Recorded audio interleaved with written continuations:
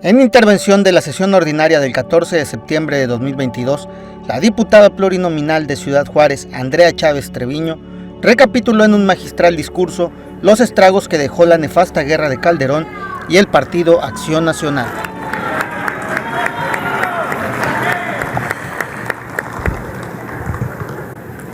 Adelante, por favor.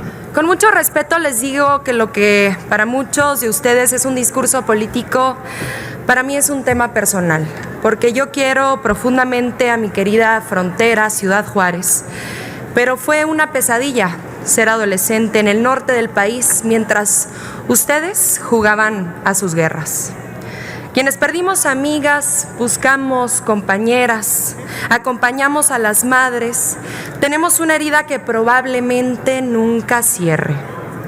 Antes de iniciar con los motivos evidentes y urgentes de esta reforma, quiero hacer una distinción política entre dos formas diferentes de entender a la oposición, porque hoy, en esta Cámara de Diputados, hay quienes decidieron, sin simpatizar siquiera con el proyecto de nación de Morena y de la Cuarta Transformación, no hacer politiquería barata con la seguridad y la vida de las mexicanas y mexicanos, y eso es de agradecer. Y es un paso adelante en la construcción de paz, justicia y reparación. Este es el momento de reivindicarse y reivindicar la vida.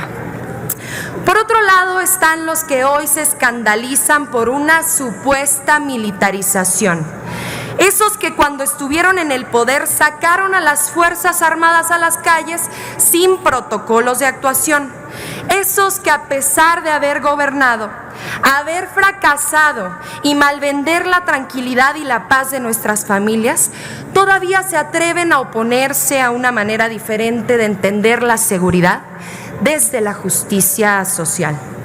Esos que sin pudor militarizaron al crimen organizado, y sí, escúchenlo bien, militarizaron al crimen organizado proporcionándoles armas de uso exclusivo del ejército a través de la operación Rápido y Furioso, que inundó de balas y muertes al país con autorización de ustedes, cuando estaban fraudulentamente al frente del gobierno federal. Si se les borró la memoria, le pueden preguntar por este tema a su amigo Eduardo Medina Mora, a Marisela Morales o Arturo Chávez Chávez, el procurador de Calderón, célebremente conocido por decir que a las mujeres en Ciudad Juárez nos mataban y violaban por prostitutas. Ese nivel de fascistas tenían dentro de sus propias filas, peor aún, dentro de su gobierno federal. Quizás lo olvidaron, pero la masacre de Villas de Salvarcar en Ciudad Juárez, donde fueron asesinados 15 jóvenes estudiantes y deportistas, a los que Calderón llamó pandilleros, se utilizó y se hizo justamente utilizando armas de uso exclusivo del ejército, precisamente procedentes de Rápido y Furioso. Pero la profesionalización del crimen organizado no fue un proceso casual, ni una mala estrategia diplomática con el país vecino. Fue un proceso deliberado por el cual la delincuencia tuvo acceso a las armas más letales, mientras la fragmentación de los grupos delincuenciales requería permanentemente mano de obra de rápido relevo, en un momento en el que la mayoría de la gente quedó abandonada por el Estado completamente a su merced. Mi generación quedó atrapada entre la falta de oportunidades y las balas de una guerra absurda iniciada en 2006 para legitimar la pequeñez del autoritario, arrogante y belicista que la declaró. Mientras la seguridad pública se descompuso en todo el país, el poder político desangró al ejército. Solamente en tiempos de Fox desertaron más de 100,000 elementos.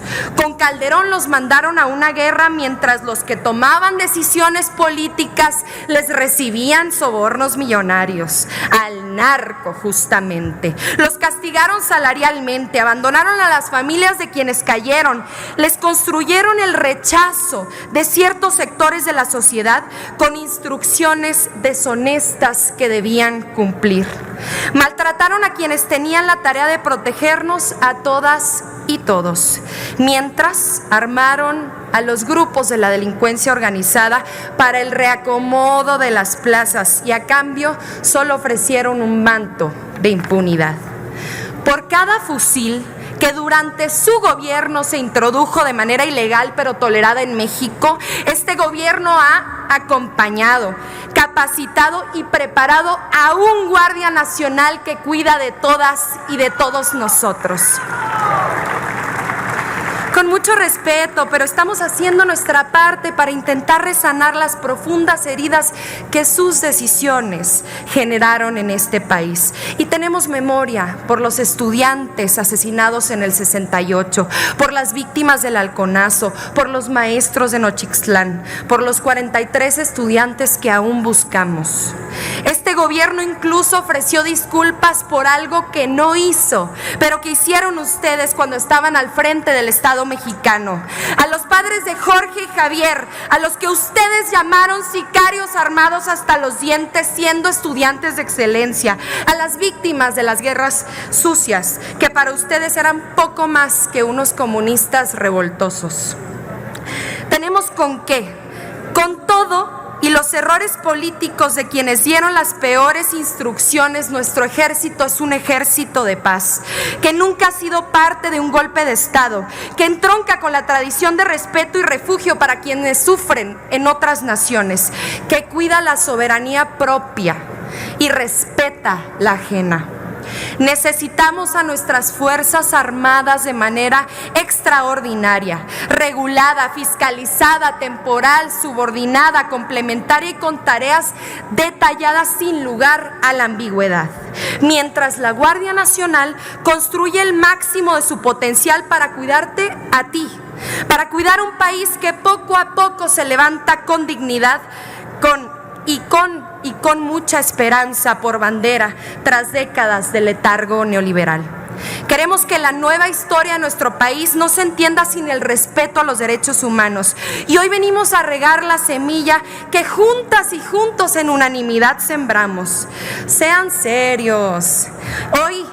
Hoy podemos reconocer que tardaron al menos 10 años en destruir, infiltrar y malbaratar a los cuerpos federales de policía, y se necesita al menos el mismo tiempo para reconstruir lo que ustedes rompieron por ambición, avaricia y para hacer negocio. No se equivoquen, ustedes impulsaron una estrategia fallida y sin temporalidad. Hoy nosotras y nosotros estamos dando un paso adelante a favor de la desmilitarización, porque le ponemos fechas y plazos, porque tenemos una estrategia de pacificación real que comienza a dar frutos y lo podemos demostrar. Hoy el delito de secuestro, uno de los más dolorosos por su profundo impacto social, ha disminuido en México en un 53%. ¿Recuerdan cuál era la estrategia de ustedes para acabar con el secuestro? ¿Lo recuerdan? Yo se los recuerdo. Ustedes inventaban supuestos grupos de secuestradores y los detenían como chivos expiatorios, fabricaban testigos protegidos y forzaban declaraciones obtenidas bajo tortura, como ocurrió con la ciudadana francesa Florence Cassés y con Israel Vallarta, sin resolver nada y violando todos los derechos humanos. Pero ¿qué van a saber ustedes de derechos humanos si le dieron la medalla de derechos humanos a un personaje como Isabel Miranda de Wallace? Los principales delitos federales han disminuido en un 30% durante la administración del presidente López Obrador, un 60% de deceso en delitos financieros, un 50% en delitos patrimoniales, un 40% en delitos fiscales, un 22% en delitos contra la integridad. También los delitos del fuero común. El robo a transporte público ha bajado un 37%, el robo de vehículo un 45%, el robo a casa habitación en un 30% y uno de los más terribles, el homicidio doloso, en un 10%. Y lo reconocemos, sí, falta mucho por hacer. Ese 10% que disminuyeron los homicidios dolosos en este país no es suficiente, pero les recuerdo que cuando ustedes gobernaron y declararon su falsa guerra, se multiplicaron en un 200%. Hoy hablan mucho de fortalecer las policías, los mismos que tenían al frente de la federal a un ejército de narcotraficantes como lo fue Genaro García Luna, preso en Estados Unidos por traficar con cocaína, a Luis Cárdenas Palomino, preso en México por torturador, a Facundo Rosas, a Iván Reyes Arzate, Susana antidrogas, narcotraficante confeso, se encuentra en Estados Unidos, por cierto. Todavía se atreven a decir que enfrentaron con pantalones a la delincuencia cuando el mundo entero sabe que estaban en su nómina, porque no les parecía lo que cobraban de Iberdrola y de Odebrecht. Para ustedes todo era un negocio, hasta privatizaron el derecho de vivir en paz. Dicen que con esta iniciativa renunciamos a lo civil y no hay mentira más mezquina. ¿Hay algo más civil que construir hospitales?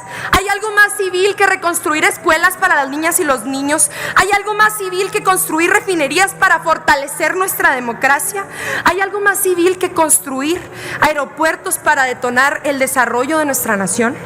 Aquí se quejan permanentemente de que no escuchamos sus puntos de vista, pero ¿cómo no los vamos a escuchar? Claro que sí, con mucha atención. Si fueron los reyes de la inseguridad pública, si multiplicaron como nunca los homicidios, si se hicieron de oro traficando con drogas desde el poder.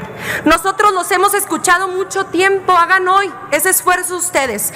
Rompan su huelga o su flojera legislativa, pero no lo hagan por nosotros. Escuchen a sus propios gobernadores, que ya es casi lo único que les queda.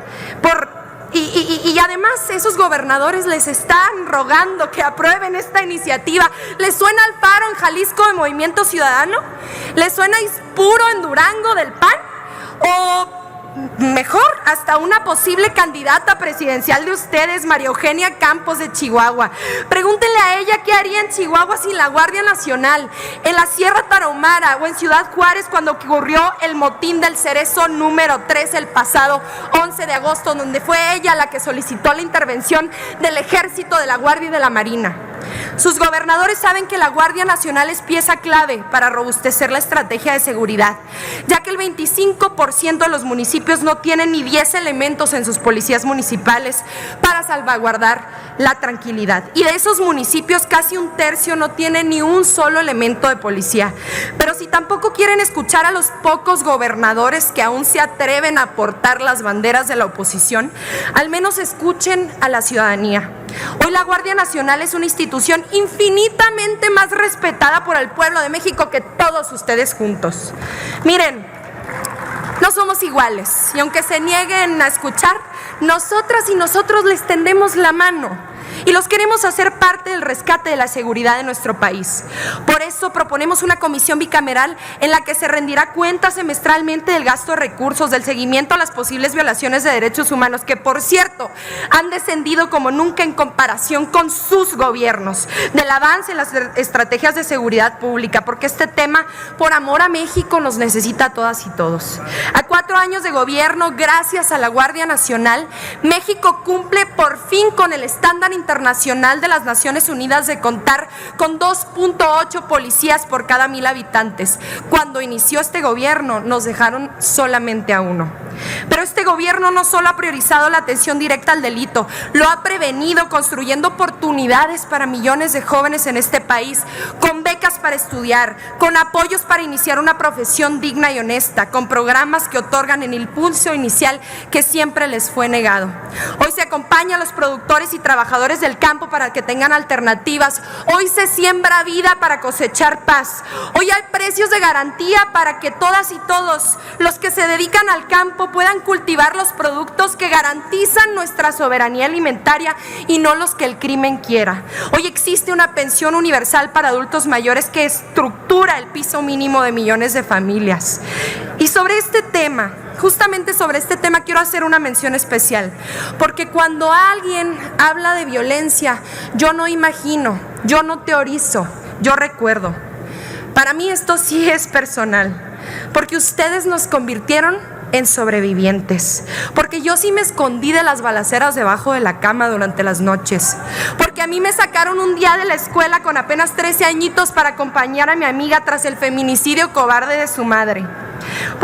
justamente, yo viví en la zona cero de su absurda guerra contra el narco, y quienes son de Tijuana, de Tamaulipas, de Michoacán, me pueden entender a la perfección. Los que recuerdan, las que recuerdan, porque tenemos memoria, pero también quienes hoy viven en Guanajuato, en Jalisco, en Tamaulipas, porque mi madre me tenía que cubrir los oídos y los de mis hermanos para no escuchar las detonaciones que sucedían por las noches con mucha frecuencia, con tanta que se volvió la normalidad de las y los juarenses, porque ninguna niña tendría que ver colgados decapitados en puentes cuando va por las mañanas de camino a la escuela, porque ningún padre tendría que pasar por la angustia de manejar con desesperación para verificar que su hija aún seguía viva, tras haber recibido llamadas incontables con voces haciéndose pasar por su hija para conseguir una extorsión, porque perdimos tantas y tantos seres queridos que estos 15 minutos no me alcanzarían siquiera para contarlos.